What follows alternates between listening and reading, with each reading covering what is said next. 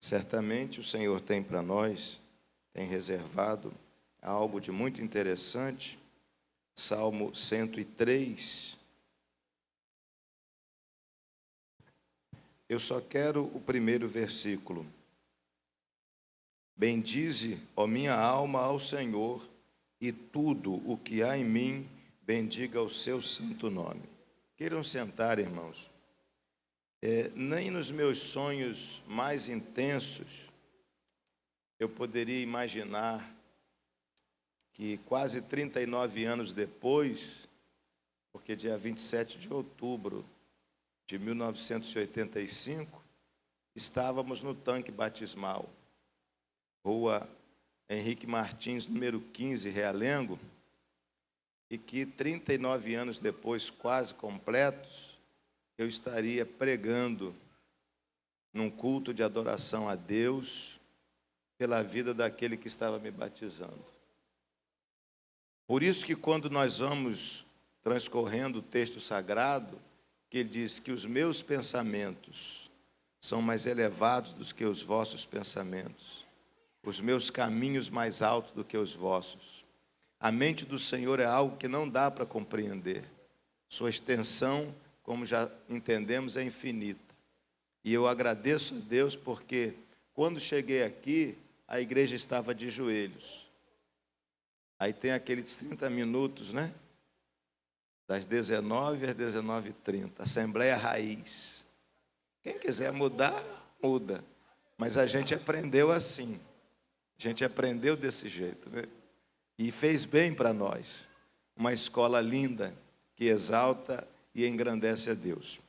E ainda, queridos, falando sobre isso um pouco antes de meditarmos na palavra, nós vamos perceber que esse aprendizado, ele passa por gerações, e a gente entende isso. Eu acredito que está vindo algo muito grandioso da parte de Deus aí, porque Deus não perde, Deus não empata, Deus não ganha com vitória apertada, porque Ele é soberano, não existe adversário para Deus. Ele poderia destruir o inferno em quantos segundos? Ele não fará isso em segundos, Ele fará através de nós. Aí leva um tempo maior, mas Ele vai glorificar o nome dEle. Porque se Ele mandasse as hostes angelicais chegar no inferno, acabar com tudo, que graça teria? Ele vai destruindo o inferno através de pessoas fracas, limitadas, imperfeitas, cheios de dramas, cheios de dificuldades. E aí é que Deus é profundamente glorificado. Deus é honrado assim. Então, quando vi nomes, fotos, eu fiz menção disso há poucos dias, na igreja onde trabalhamos, que essas pessoas, ao longo da história, elas vão imprimir em nós marcas que o tempo não vai apagar. E você se torna o que você é por conta de pessoas com as quais você conviveu. Então, vocês viram aqui, está o pastor Gomercindo em vida, o pastor Manuel de Jesus Dias também está conosco, outros que já estão com o Senhor, pastor Sebastião Firmino, pastor Dojan Coimbra, pastor Ivan Silva Souza, pastor Antônio Alves Sobrinho, nós ainda temos o pastor Heraldo que está conosco, e tantos nomes que mostraram para nós que dá para viver aqui na terra uma vida digna, dá para viver aqui espelhando-se em Jesus, porque homens conseguiram fazer isto. Então, por conta dessas pessoas que nos deram a alegria de ensinar, pastor Gomercindo e tantos outros foram meus professores.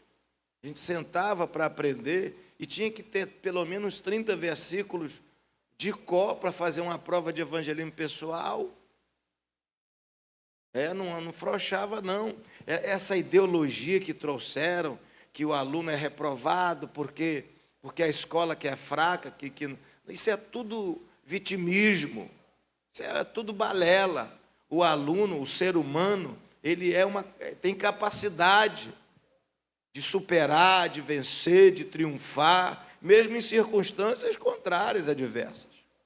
Então, são nomes de pessoas que deixaram em nós, e a gente vai conseguir, com a ajuda de Deus, passar mais para frente.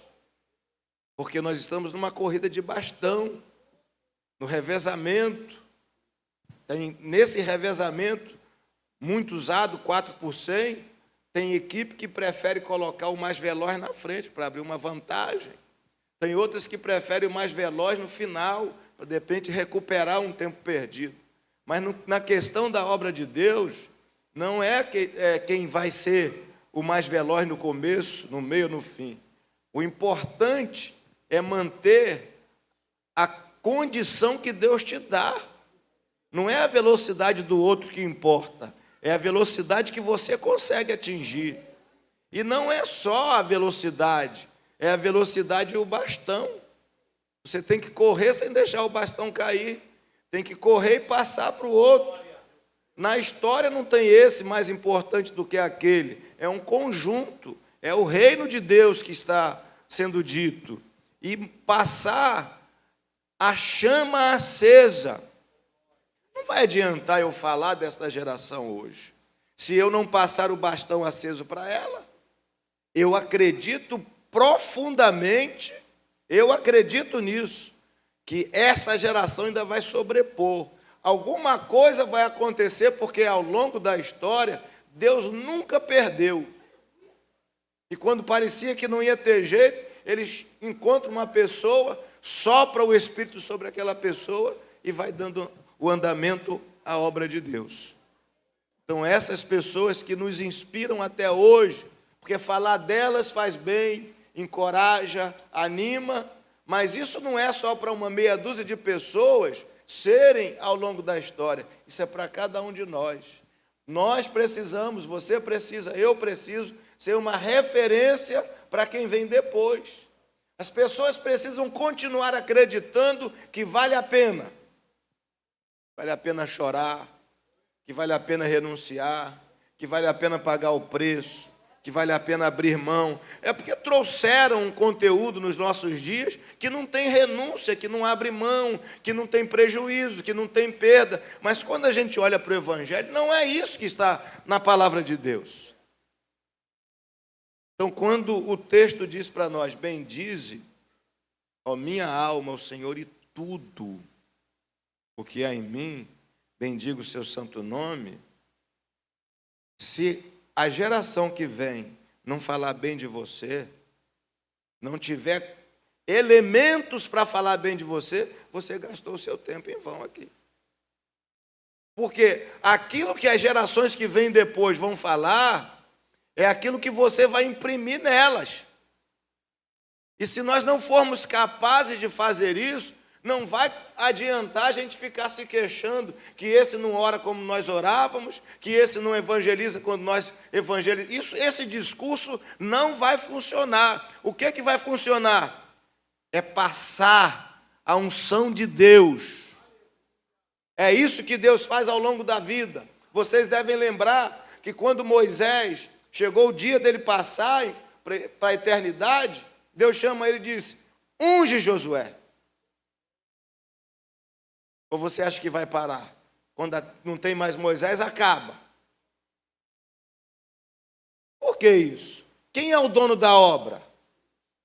Porque, na verdade, não é o que eu sei, não é o que eu vier a aprender, não é a capacidade que eu desenvolva ao longo da minha vida. Não é isso, não. É o poder de Deus. Tudo que Deus precisa é de alguém que diga assim, pode me usar. Pode fazer através de mim aquilo que tu quiseres fazer. Eu abro mão de mim. Se você prestar atenção, essa versão sua de hoje não é a mesma versão de quando você tinha 20 anos. Imagina você com 20 anos conversando com você com 60. Quantos conselhos você daria para a sua versão de 20 anos de idade? Você dizia, rapaz, você está fazendo coisa errada, não pode ser desse jeito. E por que você pensa assim hoje? Porque você errou, porque você falhou, porque você bateu com a cara na parede, porque você teve experiências, porque você viveu uma série de coisas que fez você ser como você é hoje. Então não vai adiantar eu massacrar alguém que não tem a experiência que eu tenho, porque eles terão. A vida os ensinará, os exemplos ensinarão, e isso é um processo de Deus. Marcos não servia para Paulo, porque desistiu de uma viagem. Mas quando Paulo estava veterano e entendeu que as pessoas falham, que as pessoas erram, mas elas mudam, elas são transformadas, ele fala para Timóteo: traz Marcos, porque me é muito útil para o ministério. Então isso é um aprendizado, e esse aprendizado são as lições de vida e os exemplos que Deus nos permite. Nós somos pessoas de sorte, abençoadas, porque se a gente for prestar atenção naqueles que nos antecederam e que foram bênçãos na nossa vida, é como se Deus... Bom, eu vou colocar você aqui nesse círculo, porque eu vou transformar a sua vida, eu vou fazer a sua vida ser outra. Isso é um presente ou não é um presente de Deus? Agora, compete a cada um de nós dizer: eu serei, na minha existência, esse agente de transformação, esse agente de mudança. Os meus filhos vão falar de mim, da grandeza de Deus na minha vida, os meus netos vão falar, os bisnetos vão falar, as gerações, quando nós não estivermos aqui, vão falar. Por quê? Porque nós estamos abrindo mão. E o que é a versão sua hoje? Ela dependeu de quê? Do tanto que você abriu mão de si mesmo. Porque se nós olharmos para nós hoje, nós somos muito menos nós do que fomos há 10 anos, do que fomos há 20. Nós vamos extraindo o nosso eu. O nosso eu vai sendo extraído de nós e nós vamos nos transformando em pessoas completamente diferentes daquela que éramos. Por quê? Porque tem mais de Deus em nós. Tem mais do Espírito Santo em nós, tem mais do fruto do Espírito em nós, tem mais da graça de Deus em nós. Então, quanto mais de Deus, menos de nós. Quanto menos de nós, mais Deus usa. Porque em algum tempo poderia haver uma vaidade extrema. E a vaidade extrema produz uma motivação extrema. E a vida foi mostrando que não é desse jeito, não é daquele, e nós fomos aprendendo, fomos trilhando o caminho, porque também nós dissemos para Deus: eu aceito. Pode fazer do jeito que tu quiseres. Porque na conta de muita gente, Deus não castiga. Sabe por que a gente pensa que Deus não castiga? Porque nós temos uma ideia equivocada de castigo. Para nós, castigo é maltrato. Para Deus é trato. Na nossa visão, o castigo é pisar. Na visão de Deus, o castigo é recuperar. A Bíblia diz isso, que Ele ama, Ele castiga e açoita quem ama e toma por filho. E agora? Você já viu uma pessoa que passa meses numa cama e não consegue ter mais o movimento das pernas porque os músculos enfraqueceram e vai para a fisioterapia? Fisioterapia dói. Mas ela faz o músculo te manter de pé outra vez. Ora, o tratamento de Deus dói. Quem é que vai negar isso? Quem nunca levou uma surra de Deus? Você reclama depois da surra? Pode ser que durante a surra você se queixa, está doendo, tá uma coisa terrível. Mas quando passa, você fala o que o salmista disse: foi-me bom ter sido afligido. Então, é um aprendizado do próprio Deus para nós, porque Ele não está forjando um grupo de pessoas para tomar posse das terras, para se apossar do Brasil, para se apossar da América. Deus não está preparando uma turma para passar nos concursos públicos. Deus está forjando remidos para herdar a vida eterna, para viver eternamente no reino dele. Vamos imaginar que isso é uma coisinha simples de acontecer. A gente não presta. Ou você acha que presta? A nossa matéria é ruim. Nós gostamos de coisas ruins e erradas. E o que nos faz desistir das coisas ruins e erradas? Tratamento de Deus. Lágrima, enfermidade, dor, perda, prejuízo. Ah, mas isso, pastor, no dia de hoje não adianta falar isso mais. Quem falou? Os remidos conhecem a voz do seu pastor. A palavra de Deus nunca vai ficar ultrapassada. Pelo contrário, você já conhece isso, não precisa repetir. Passarão os céus e a terra. O céu e a terra ficam ultrapassados. Você já viu como é que as modas mudam? Agora já está na moda a calça pescando. Apertadinho pescando, a calça do Mazzaropi. Mas está na moda. Quem vai dizer que é feio? O que é conceito de feio? A moda diz que o feio é bonito e o bonito é feio, pronto. Você viu aí na foto aí o pessoal de paletó xadrez? Fazer o quê? São conceitos que ultrapassam, que ficam ultrapassados, que ficam obsoletos. Isso não acontece com a Bíblia. A Bíblia não fica ultrapassada. E às vezes a gente erra quando diz que a palavra de Deus renova a cada manhã. Renova não, é nova. Só renova o que envelhece. Ela é nova a cada manhã. Ela não envelhece. Então o que nós precisamos compreender que quando uma pessoa chega a 80 anos de idade, com décadas de ministério, passou das bodas de ouro, casado com uma mesma mulher, isso é um princípio de Deus para mostrar para a geração que dá, que tem jeito. Fácil? Não, que fácil? O que é fácil, gente? Não existe nada fácil. Você imagina Deus pegar um monte de gente que não tinha jeito e dizer, vocês vão entrar no céu. Olha o apostolado. Quem que conseguiria fazer aquela patota ser apóstolo, gente? Povo complicado, queria matar, bater. Era uma coisa, só queria arrumar confusão. Pega aquela patota ruim e faz os caras mais consagrados da terra. Que é isso? Mas você lembra um dia que ele pegou a toalha, pegou uma bacia? Lembra disso? Senta aí. O que você vai fazer? Eu vou lavar o pé de vocês. Não. Mestre lava pé? Você já leu na história de Buda ter lavado o pé de algum discípulo, Maomé? Você já viu isso? Você já leu na história os mestres andavam e o povo carregava eles no ombro. Você já viu um mestre igual o nosso?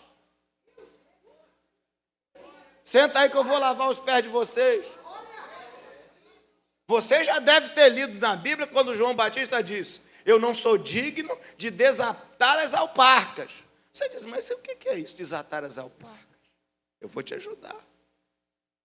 Você sabe quem que lavava os pés? Não era o escravo que trabalhava na cozinha. Não era o escravo que trabalhava na segurança. Não eram os escravos comuns da lavoura. Era escravo que limpava a latrina. Eram os escravos mais ralés que tinha. Esses lavavam os pés das pessoas que chegavam. Aí você diz assim, você olha para João, você ouviu Jesus falar, dos nascidos de mulher, não tem ninguém maior do que João. Aí quando João se reporta a Jesus, ele fala assim, diante dele, eu sou o escravo mais ralé.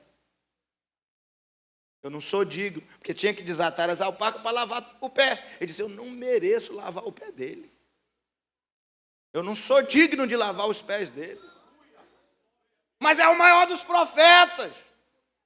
E foi dito pelo próprio Jesus. E o que é isso? É o evangelho sendo desnorteado para nós, aberto para nós entendermos o que é evangelho. E ele senta, começa a lavar.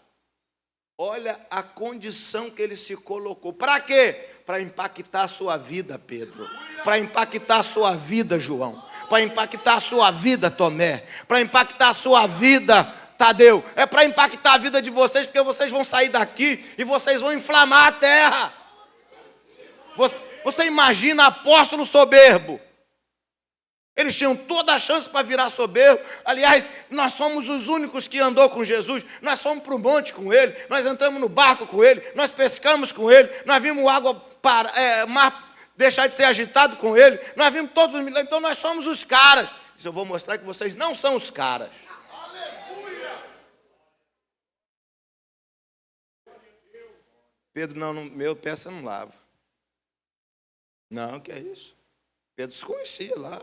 Não, o meu mestre, numa condição do escravo mais... Não. Se eu não lavar teu pé, você não tem parte comigo. Então lava logo o corpo todo, o cabelo. Não, você já está limpo. Quem está limpo só precisa o pé, mas nem todos. Então, o aprendizado, queridos, aquilo que nós recebemos, aquilo que nós vamos passar, isso é a marca do cristianismo.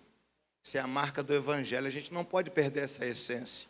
A gente não pode perder isso. Porque a igreja é o único diferencial que tem.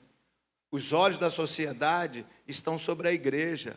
Não tem esperança aí fora. O povo está numa condição completamente desfavorável. E se nós mantivermos a chama, se nós mantivermos a condição de igreja, vocês podem saber... Essa garotada aí de 12 anos, de 13 anos, Deus vai sacudir, vai colocar fogo. Eles vão ser cheios de Deus. A juventude vai ser cheia de Deus. Eu não creio nesse negócio que a igreja vai apagar, porque a igreja não apaga. Jesus falou isso. Você sabe quando que o diabo vai prevalecer contra a igreja? Nunca. Enquanto a igreja estiver aqui, ela vence. Está escrito na palavra de Deus. Sobre a minha igreja, as portas do inferno vão prevalecer? Pronto. Mas eu não estou entendendo o contexto atual. Não preciso entender. É só confiar no dono. Não se desaponte se tiver um pouco diferente do que você está acostumado a ver, do seu tradicional. Não se desespere com isso, não. Porque não foge do controle de Deus. Deus não vai parar de salvar. Deus não vai parar de batizar, Deus não vai parar de curar, Deus não vai parar de libertar. Enquanto a igreja estiver aqui, ela é soberana. Pode mudar governo, pode mudar sistema, pode mudar o que quiser mudar. Mas o nosso fundamento não é humano, o nosso fundamento não é terreno, o nosso fundamento não é natural, o nosso fundamento é Cristo, é espiritual. Basta isso, seja cheio de Deus na sua faculdade. Não precisa perturbar muito a aula, não, uma confusão. Mas seja cheio de Deus lá na sua faculdade, no seu trabalho. Basta isso. Você não precisa dizer uma palavra, mas o Deus que habita no teu ser vai alcançar aquelas vidas. Então nós precisamos glorificar a Deus, porque a essência de Deus vai passando pelas gerações. E quando o inimigo pensa que acabou, presta bem atenção no que eu vou dizer para a gente concluir. O diabo chega lá, já foi referência disso. E Deus disse: observaste o meu servo Jó. Olha o que o diabo diz. Quando Deus pensa, vem da onde? De rodear a terra e passear por ela. Quando fala passear, o que você pensa? Dá um rolê na praia. Esse passear aqui não é isso, não. Esse passear é aquele passear de Gênesis, que Deus passeava no jardim na virada do dia. Esse passear significa, eu sou dono, eu estou reconhecendo, eu estou andando por aquilo que é meu. Foi isso que o diabo jogou na face de Deus. Eu estou passeando pela terra, a terra é minha. Ao que Deus precisa? Dizer não para ele? Deus precisa de alguém aqui. Deus precisa de alguém aqui. Se Deus tiver alguém aqui, não é dele, não. Deus só precisa de ter alguém aqui. Aí olha só o que Deus diz. Observaste o meu. Oh, que meu bonito. Oh, que meu. Olha que fala gloriosa. Observaste o meu servo Jó. Homem íntegro. Reto. E que se aparta do mal. A terra não é tua, não. Porque ainda tem um. Ainda tem um lá. É tudo que Deus precisa. Só isso. Satanás, então, eu vou arrumar um jeito. Matar não resolve. Ele vai morrer sendo dele. Eu tenho que contaminá-lo. Correu lá e diz, o problema é a riqueza, é a facilidade, é prestígio. Pode tirar tudo. Quando tira tudo, bendito seja o nome do Senhor. Às vezes massa o carro da gente, a gente quer murmurar. Eirinho para comprar outro carro, quer reclamar de Deus. Satanás volta lá e diz, esse negócio é o seguinte, com saúde todo mundo é fiel. Primeiro era com grana, agora é com saúde. Então deixa doente. Eu nunca vi uma história que o diabo apanhasse tanto. E quando Jó, todo na penúria, todo sofrido, ele exalta o nome do Senhor, ali, Jó, ele está mostrando para você e para mim que tem jeito. Então, o inferno vai ter que continuar respeitando a presença da igreja aqui. Mas, pastor, existem mercenários, existem trambiqueiros. Não tem problema, não. É só você não ser mercenário, só você não ser trambiqueiro. Deixa quem quiser ser. Seja uma luz de Deus na terra, resplandeça, brilhe, pronto. Enquanto a igreja estiver aqui, Satanás, você não pode fazer o que você quer, não. Quando Jesus levar a igreja, aí fica para você, que a gente não vai ficar mais.